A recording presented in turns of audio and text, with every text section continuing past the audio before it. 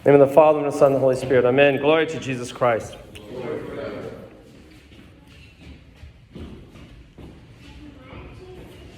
Today has been designated the Sunday of the Sanctity of Life by our church, by our bishops.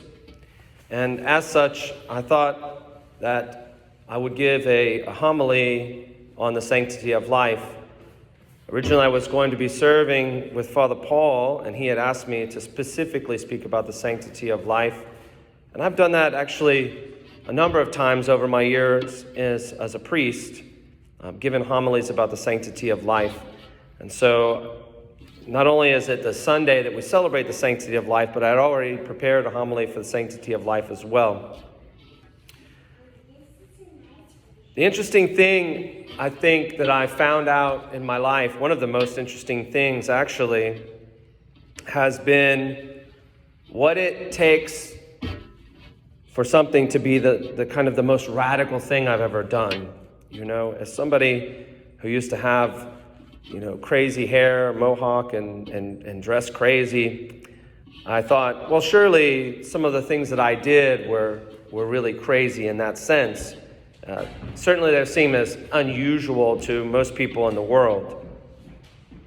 But as an adult, as a priest, and as a father, I've come to find out that the most radical thing that I have done in my life and continue to do in my life is also the thing that, to my astonishment, I thought was just really the most normal thing, actually.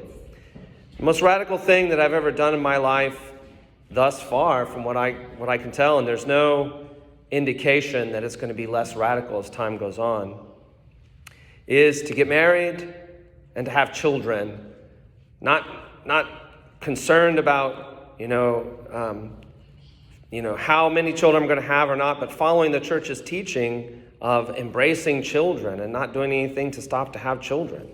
That's the most radical thing. And I can tell you from my experience as a husband, as a father, and as a priest, in my short time that I've been all of those things, the amount of interesting conversations, we'll just use the word interesting, that I've had far outweigh the conversations that I've had that are encouraging. So it's easily the most radical thing I've ever done and continue to do. I think what's really interesting for us as Orthodox Christians is that we live in a world that's a bit undecided, a culture that doesn't really know what it wants. Sometimes you encounter people who just wish that somebody would tell them what to do and tell them, who's in charge. They really look for a boss. A lot of us Americans, we really long for that. But the moment many Americans get a boss, somebody tells them what to do, they have a better idea. They want to do something different. Right? We kind of live with that kind of bizarre ideology, right? I think that this is no difference with the sanctity of life. I've been blessed, and in a really strange way, I would say I've been blessed to be able to attend the March for Life on a number of occasions. It's a blessing to be able to stand for our faith and to stand for the sanctity of life, but also it's a bit of a tragedy to even have to go to the March for Life. The fact that as we Orthodox Christians in this country are one of the few people that are standing for the sacredness of life, that's heartache. That's heartbreaking. It causes me a lot of heartache as well. At the same time, it's always a blessing to stand for our faith.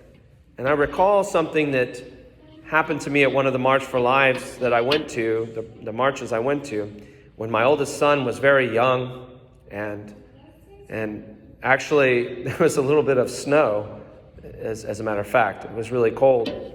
And I had took him in, he was in the stroller. We had him all bundled up. And Archbishop Michael, bishop of our church, he said, what an amazing thing it would be for your son to grow up every year going to the March for Life. He had understood that I had been to several marches with my oldest. But he said, but also, what an awful thing. What an awful legacy, Because the March for Life has been going on for decades and decades and decades, right? And still, we're on the cusp, even in our country, of deciding whether or not we are going to have a consistent legal framework in which to protect the youngest unborn children in our country.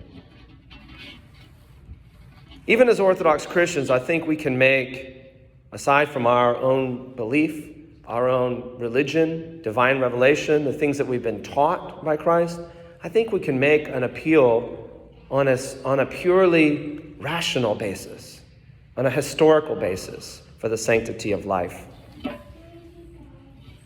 If we look at history, one of the things, especially our most recent history in the last 200 years, one of the most recent things that we've come to understand is the horrors of war, and also some of the horrors of country building and society building, whether it is war or it is slavery, right? And I decided a long time ago that just on principle, I was never, ever going to agree with any government or any person or any politician or any ideology that gave a country or a government the right to define who gets to be counted as a human being and who doesn't. As sad as it is to say in our country, we still live with the legacy that our country believes, and many of our citizens believe, certain people get to decide who gets to count as a human being and who doesn't. That's the sad legacy. And until we understand that's what's at the core of that, till we understand that human beings have an inviolable right to exist, we're never going to get to the place where we have the sanctity of life truly in this country. And as such, I think it is our sacred obligation as Orthodox Christians, as believers in Christ, but even just as a fellow human being, to stand up and say, no, a human being is a human being. End of story. We don't qualify that. You don't get to count more or you don't get to count less. You're a human being. My own spiritual father, Father Addy, was very outspoken about the sanctity of life. And he said outright, Orthodox Church is a pro-life church. I think that for us, there is a balance of who we are and who we want to be that we sometimes undertake, but it's a difficult balance. We have to be authentically who we are without compromising ourselves, regardless of what the world is telling us. And I think that takes some bold statements and some bold standing sometime. So from this perspective of my spiritual father, I agree with him 100%. And yet I know that in some instances, we're a little bit afraid to make a certain statement or take a certain stand because it might be perceived as political. And I would just offer this. You don't have to do anything political ever. You're under no obligation to do anything political ever. But for us to make the statement that we're pro-life is just what I said. It's to make the statement that no one gets to determine who is a human being and who is not a human being. That we all believe that God creates each and every human being and that he is determined who is a human being by their very creation. That's the statement we make. It's not political, it's reality. I came across a beautiful story I wanted to share with you that I think highlights, from our perspective as Orthodox Christians, the beauty of God at work in ways we can't possibly comprehend. And I think that that's also something that's tied up and caught up in this story of the sanctity of life, the reality of the sanctity of life, is there are things going on that we can't possibly fathom. And I think that every human being deserves that chance to take part in that grace. So I found this story. It was recounted by a Georgian lady, and it was actually published in a magazine some time ago. And it goes something like this. Nino is a typical female name in Georgia, had moved to the city and she was studying to go to university. And unfortunately, she fell into the temptation of adultery with a married man and became pregnant. But instead of them recognizing their folly, the married man asked her to get an abortion. And Nino didn't want to do this. She rejected this idea outright because she loved her unborn child. And she knew that her family would be really disappointed in her and that they wouldn't forgive her for this mistake that she'd made in this sin. So she took a while to come back to her home in the village. But when she finally did, she was near her 7th month of pregnancy. New Year's Day came, and she had hoped that things would work out. Her family would be receptive and accepting of her and forgive her, but they didn't.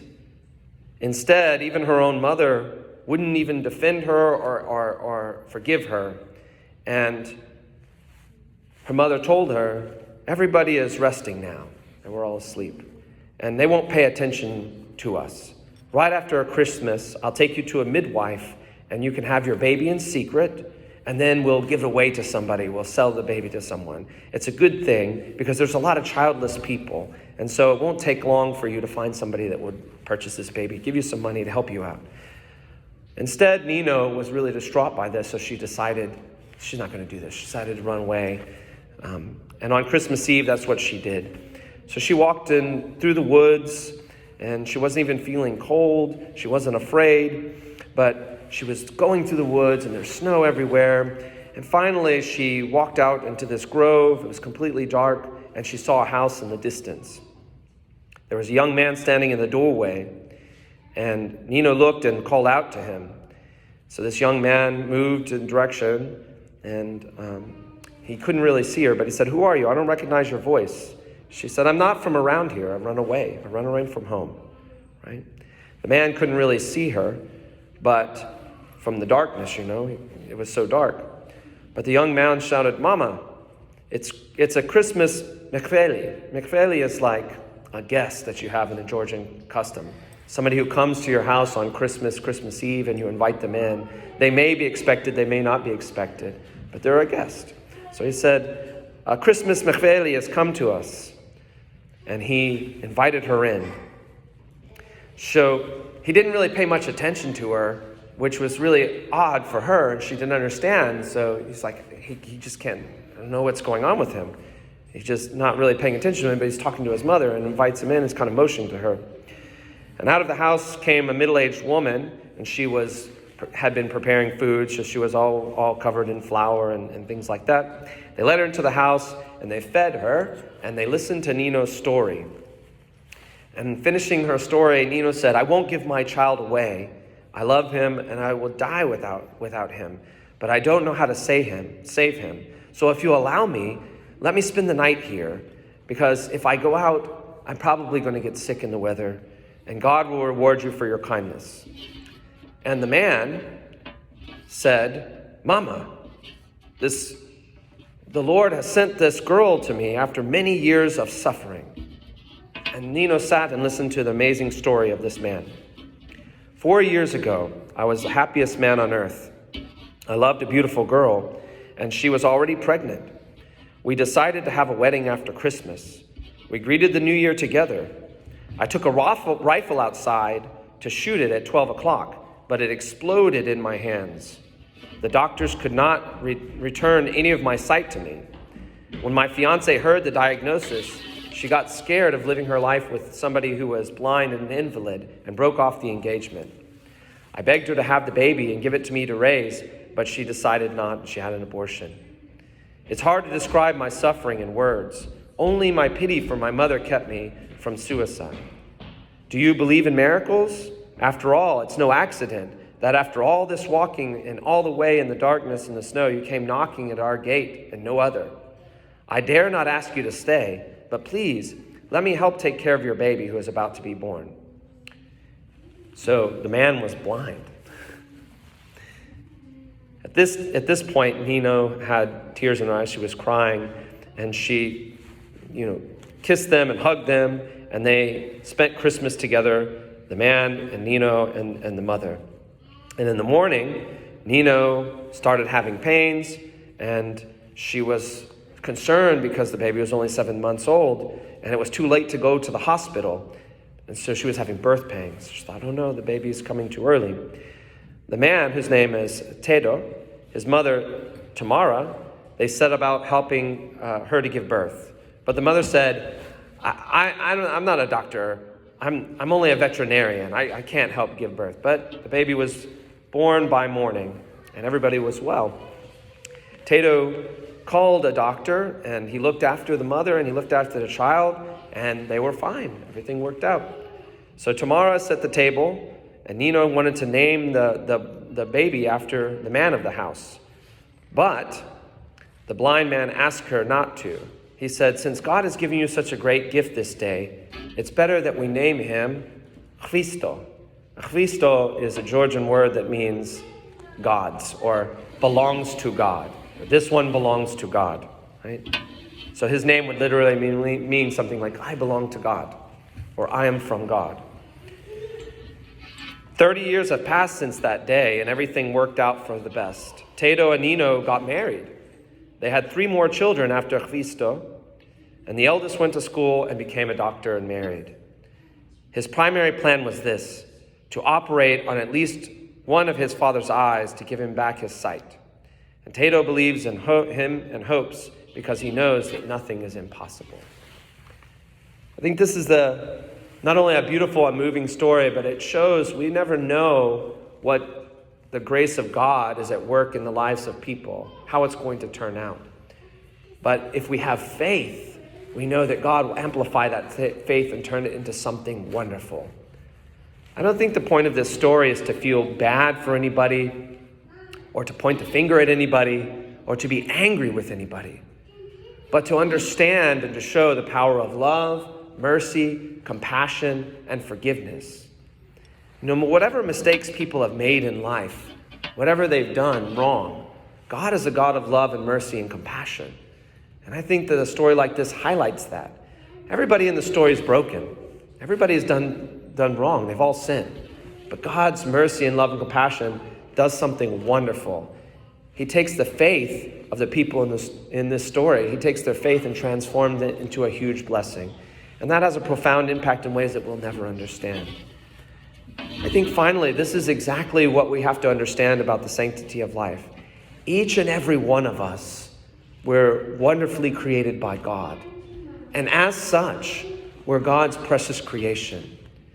We don't know how our lives are going to turn out, but God knows. And he put us here for a reason, each and every one of us. And it's not just to have, a 9-to-5 job, or not to just do this or that, but to live abundantly in his grace. So brothers and sisters, I would ask you, continue to pray for everybody in the world that you encounter. You don't know what kind of struggles they're having. Don't judge them, but love them. Offer a hand of compassion and a hand of hope. If we truly want to be people that are lovers of life, if we want to be those who respect the sanctity of life, we have to do it with all of our being and all that we are, in every action that we are. Even if we are blind, or we make a mistake, or we have some spiritual infirmity, the Lord heals us and transforms that infirmity into joy. Allow the Lord to do that in your life. Allow the Lord to work and act. Allow him to multiply that grace in your heart and to be transformed. And I can tell you, if you allow that radical action in your life, then you can't even understand, or you will never even imagine the kind of joy that he will bring to you and to those around you. Glory to Jesus Christ.